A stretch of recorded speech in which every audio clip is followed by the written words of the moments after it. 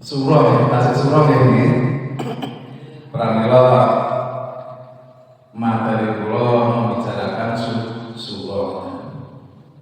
Bulan surah itu bulan ingkang sangat keramat, betul-betul keramat.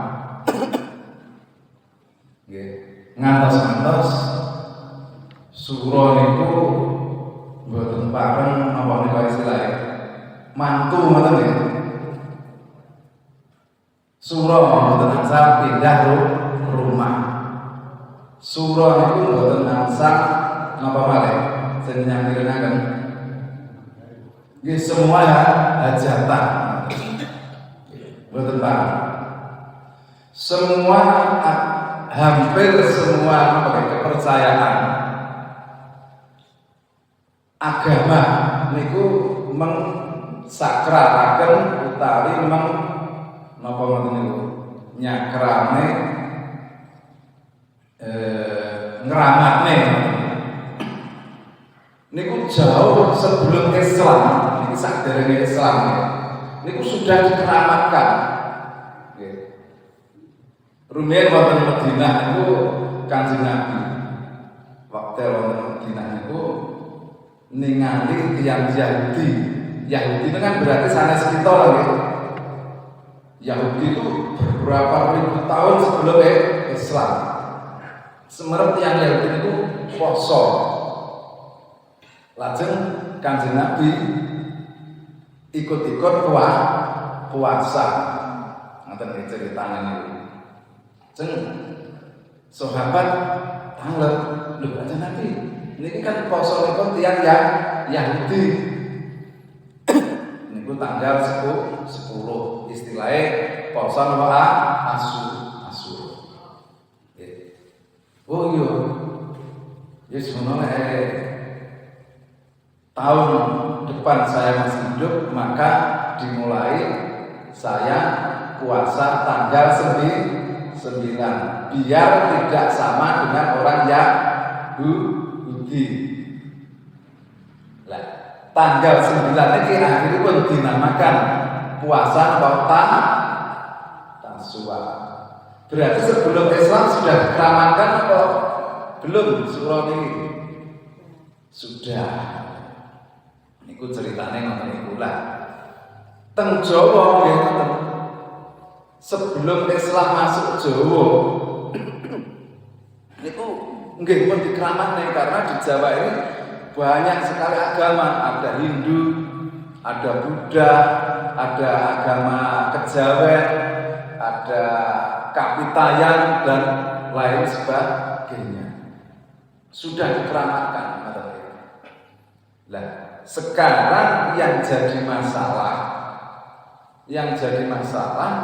dasarnya itu kan tidak sama dengan kita. Umpamanya ada, ini bukan kita ya, orang lain, orang Jawa atau mungkin di Buddha.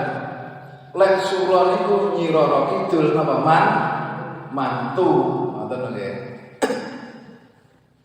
Nah, ini kepercayaan, namanya kepercayaan tentang tauhid.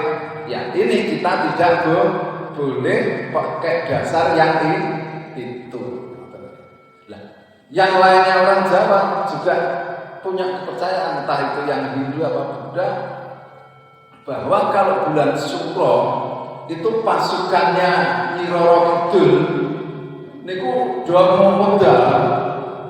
medal sinten kemawon awake dhewe sing metu papakan karo jin setan Nyi Roro Kidul niku awake dhewe kena bala.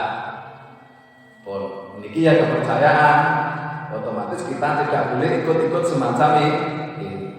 Ada juga bahwa mereka mencari mangsa untuk dimangsa.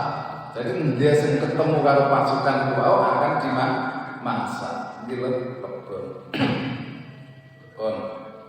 ada lagi cerita yang masih mengkeramatkan tentang surah ini, tetapi yang bukan Islam. Yang jadi masalah kita ini, umat Islam ini kadang-kadang ngertinya cuma itu kalau Nyiroro Kidul mantu itu musyrik gitu aja. Itu kalau percaya dengan harus ke kuburan-kuburan itu musyrik. Bahkan kadang-kadang ada orang itu punya refleksi itu langsung nyalahkan yang orang Jawa. Tetapi tidak mengerti bahwa Islam sendiri tadi kan harus puasa itu ya. Wopo itu musyrik itu wong mantu kok orang itu bulan suro.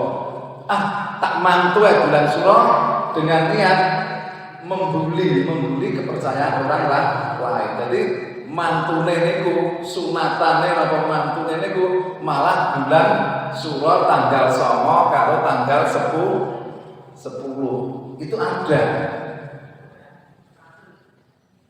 Jadi yang penting dia itu ingin menyalahkan dan ingin membuktikan diri bahwa orang apa mantu bulan suro tanggal 10 orang apa kuwi kan wong Hindu, kuwi wong Buddha, kuwi wong Jawa.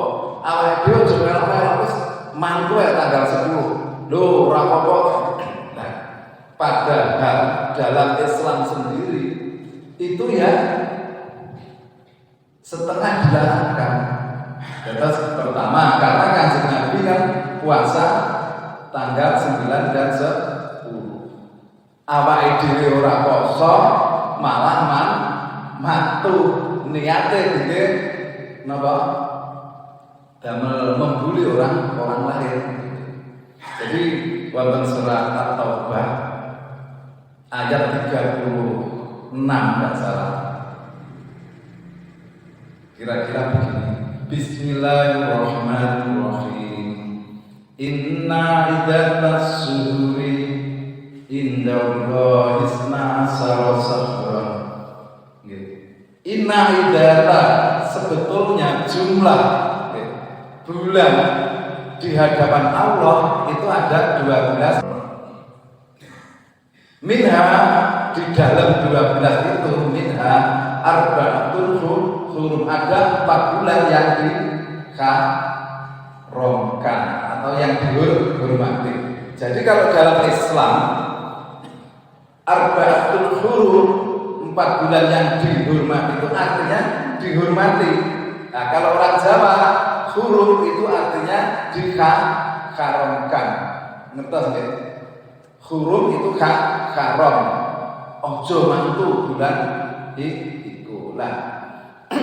Kalau kita hurum itu artinya dihormati.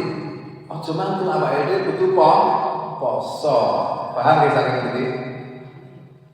Ada lagi hadis yang diceritakan oleh Muslim kira-kira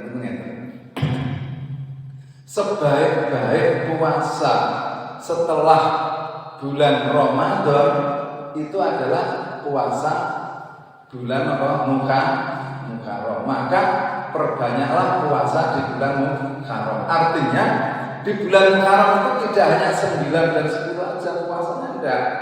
Yang paling baik adalah 9, 10, tetapi memperbanyak puasa pada bulan Muharram. Artinya wis kaya ana puasa niku.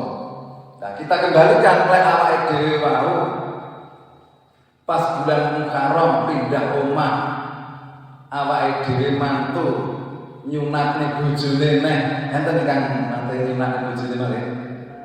Enten. Bojone disunatne malih. Nah, ini kinten-kinten saya napa mboten usume tiyang poso terus awake dhewe niku mantu. Nggih.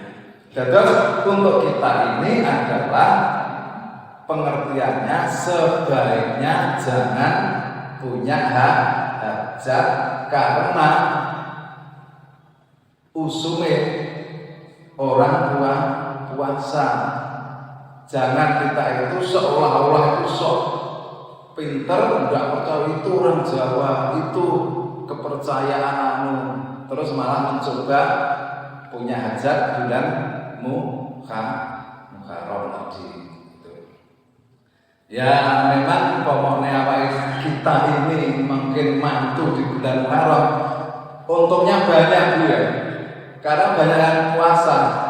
Banyak yang puasa, kita mantu tetap dapat uang amplopan 50.000, suguhannya utuh. Tapi mungkin juga belum tentu untung. Kalau saya yang becek, amplopnya tak duduk, ini kok ya puasa seket tak duduk, sing nakal gitu.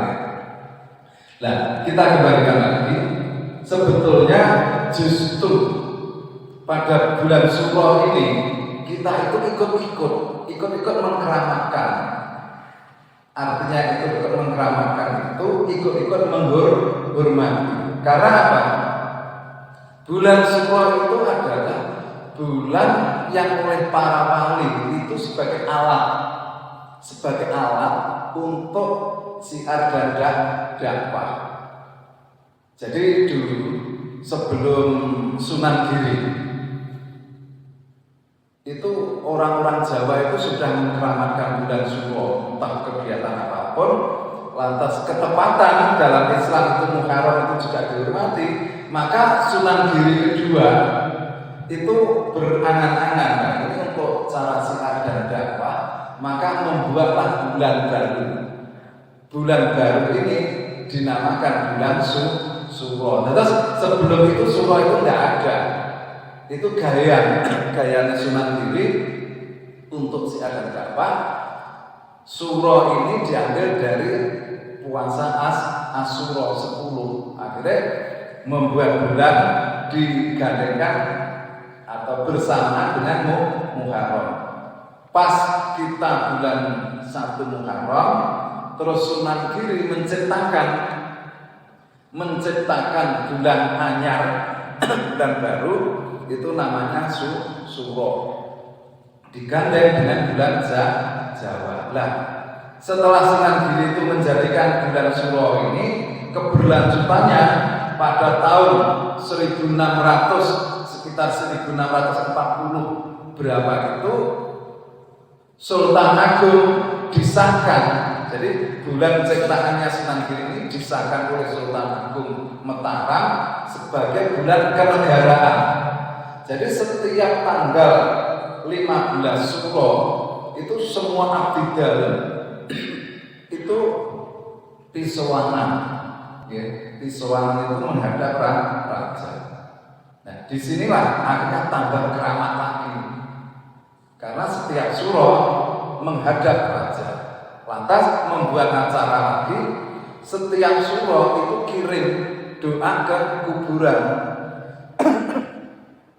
Jadi orang Jawa setiap Syuro itu ke kuburan, ngumbah keris, mencuci keris, lain sebagainya. Ini adalah bukan Quran, bukan hadis, tetapi ciptaan Sultan Agung untuk siar dan dakwah. Jadi orang lain itu banyak yang sesaji, umat Islam di bawah Mataram juga mengadakan kegiatan, tetapi kirim leluhur di makamnya Sunan Ampel ke Sunan Giri. Yang tidak bisa ke Sunan Ampel, Sunan Giri, kirim leluhur ke nenek leluhurnya. Akhirnya jadi adat istiadat Bapak kalau bulan Syuro banyak pergi ke kuburan.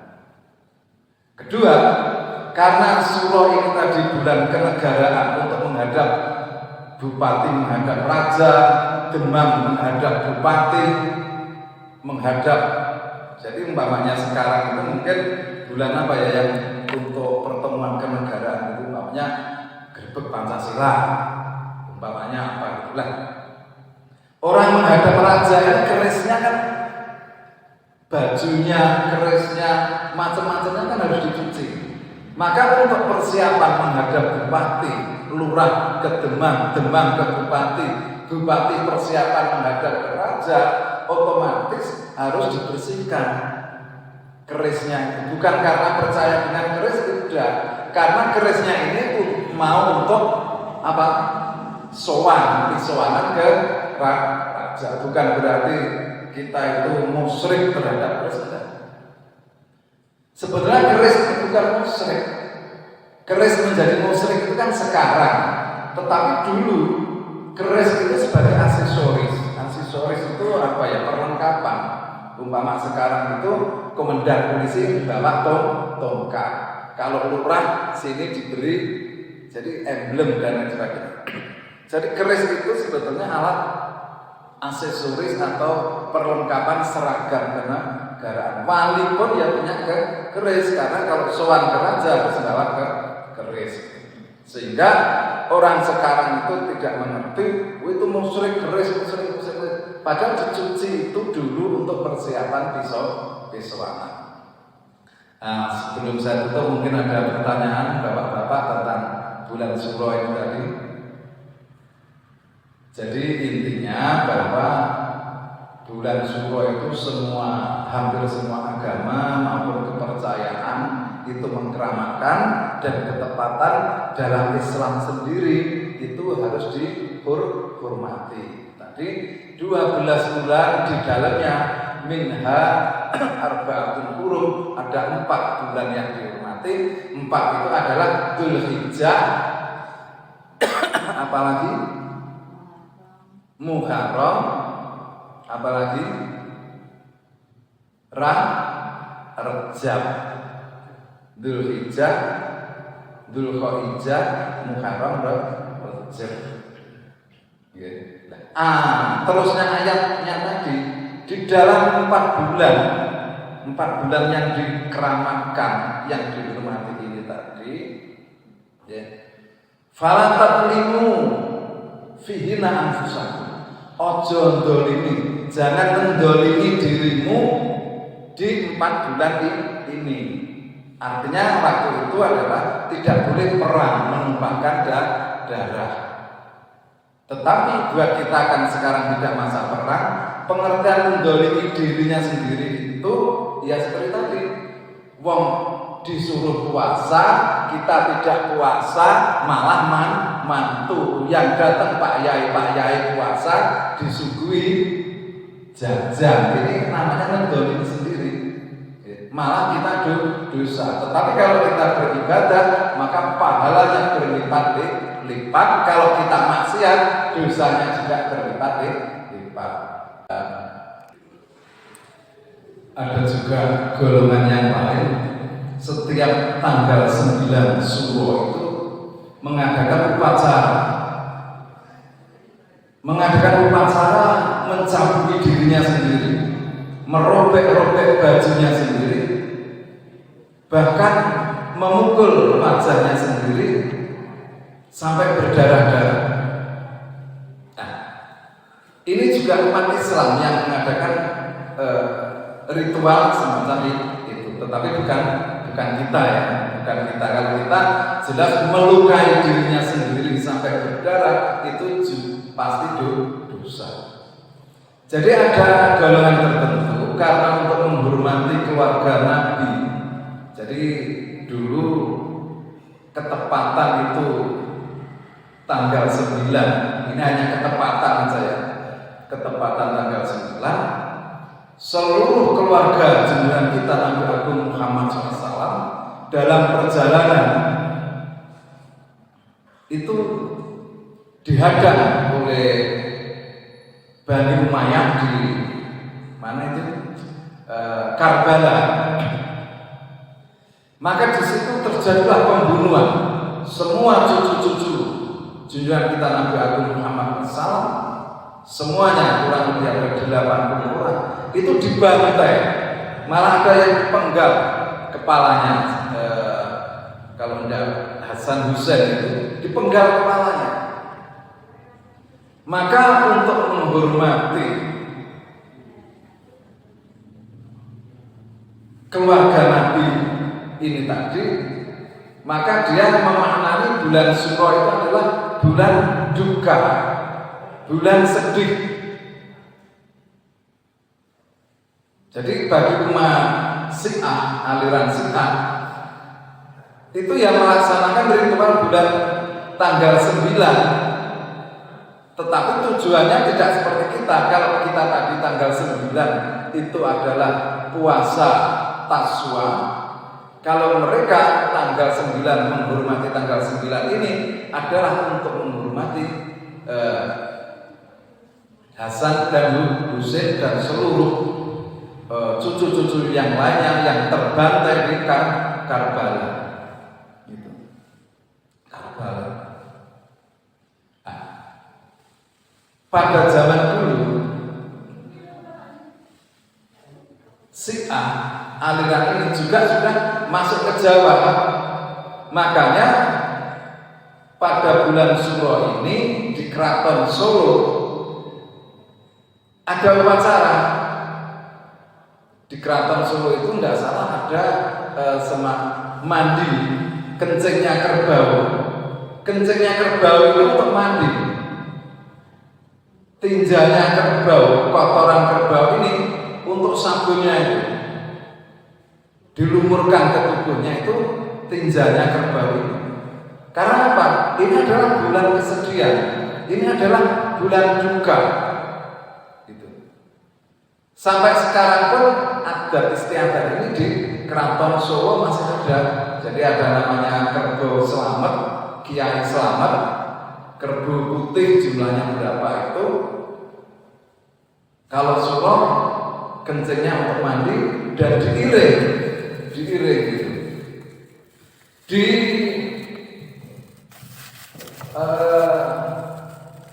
Yogyakarta juga gitu, prajurit pasukan ini berkeliling beteng.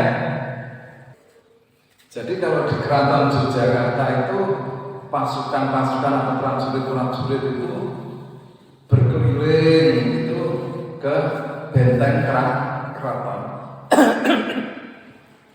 Ini bukan masalah Hindu, bukan masalah Buddha, bukan masalah kejawen, tetapi ini adalah aliran yaitu Syiah. Apa itu Syiah itu? Syiah itu adalah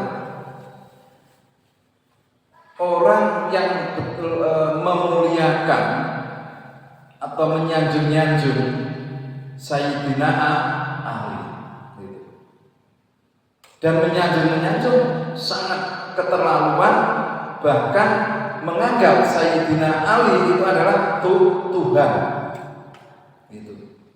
Dan di sini nanti terpecah-pecah, Syiah itu terpecah lagi, masih banyak. Nah, itu tadi Syiah. Kembali ke Jawa.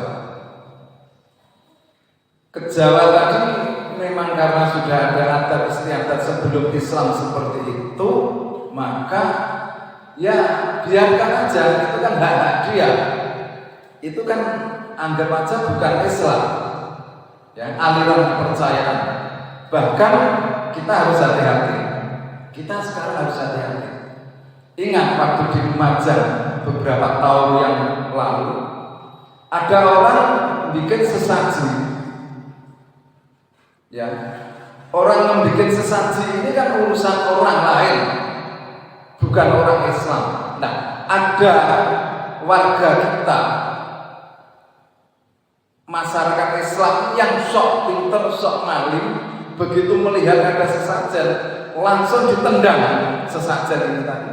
Ditendang, diviralkan di YouTube. Nah, apa? Akhirnya dituntut. Ini kan hak seseorang untuk percaya, ya. Jadi tentang sesajen, tentang kepercayaan seperti saya ceritakan di depan itu adalah hak seseorang yang dilindungi oleh oleh undang-undang. Jadi dalam pasal 28 tidak salah, ayat 2 Undang-Undang Dasar 1945 itu kurang lebih begini, bahwa setiap warga, artinya setiap masyarakat ini, ya, bebas percaya dengan keyakinannya sendiri, atau dibalik, bebas meyakini terhadap kepercayaannya sendiri, dan juga bebas mengungkapkan pikirannya, ya, atau bebas bersikap, ya, seperti bikin sesajen, bikin ini, bikin itu, artinya bersikap terhadap kepercayaan yang diyakini atau dengan nurani, hati nuraninya sendiri. Sehingga cara kita berdakwah itu jangan kalau enggak cocok dengan kita itu musyrik, itu gini-gini. Pelan, kita pelan seperti para wali, tidak melarang kepercayaan orang Jawa, tetapi justru wali tadi Sunan Giri ikut-ikut merayakan bulan yang dikeramatkan tadi dengan cara membuat bulan namanya bulan Suro. Setiap Suro untuk pengajian, setiap Suro untuk ziarah kubur dan lain sebagainya. Ya inilah cara dakwah yang benar. Karena apa? Dalam surat An-Nahl itu surat yang ke-16 itu kira-kira begini. Bismillahirrahmanirrahim. Ud'u ila sabili rabbika bil hikmati wa mau'izatil hasanati wajadilhum billati ahsan. Ya. Ud'u ila sabili rabbika, ajaklah ke jalan Allah, ya. Bil hikmah, dengan bijaksana. Bijaksana itu tidak menghujat-hujat dan rendah. Bijaksana itu mengambil sesuatu bagaimana supaya baik dari hal-hal yang kurang baik tadi, itu bijaksana. Dan memberi pelajaran yang baik dan berdebat dengan baik. Artinya kita harus pakai metode dakwah itu yang sudah tertulis dalam Al-Quran. Kalau kita menyalahkan, menghujat tadi, atau kita membuli, maka seperti saya ceritakan di depan tadi, yang menendang sesajen di Lumajang tadi akhirnya dihukum, ya, karena dituntut oleh orang yang buat sesajen tadi. Wong dia itu bukan orang Islam.